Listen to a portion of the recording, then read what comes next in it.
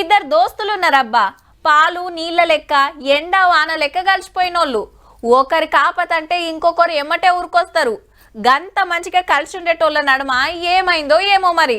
చూసుకుందామన్నట్టే సవాళ్ళు చేసే కాడికి పోయింది. ఇంతకు ఆ ఇద్దరు ఎవలంటే జిగిరి దోస్తులు దుష్మన్లైనట్టేనబ్బా. ఆ బిల్లు వాపస్ తీసుకుంటావా, కొత్త పార్టీ పెట్టాలనా అని మస్క్ గారు. ఏహే, నువ్వు అమెరికాలో దందా బంద్ పెట్టి ఆఫ్రికాకు చెక్కేయి అని ట్రంప్ సారు. ఇద్దరి నడుమ తగ్గఫర్ నడుస్తుంది. ఎందుకంటే అమెరికాలో బిగ్ బ్యూటిఫుల్ అని కొత్త బిల్లు తెస్తాండు అధ్యక్షుడు.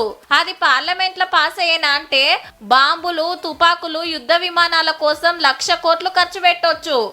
ఇంకో దిక్కు దవాఖాన్లకు, మంచి తిండికి బడ్జెట్ల కోత పడుతుంది.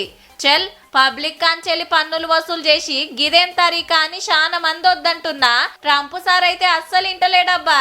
టెస్లా కంపెనీల owner X boss Elon Musk సుతా మెచ్చుతలేడు.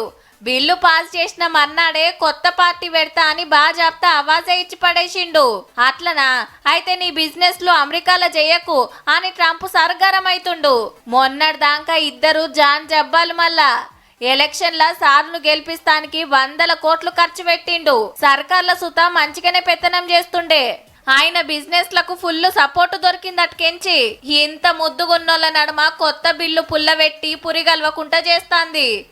ఎట్లా చూసినా అధ్యక్షుల వారైతే అస్సలు తగ్గుతలేడు. ఇక అప్పుడు మస్క్ సారు నియంగానే పార్టీ పెట్టేనా అంటే ట్రంప్ సార్ సీటుకు సూటి పెట్టినట్టే. చూడాలి మరి ఏమైతుందో.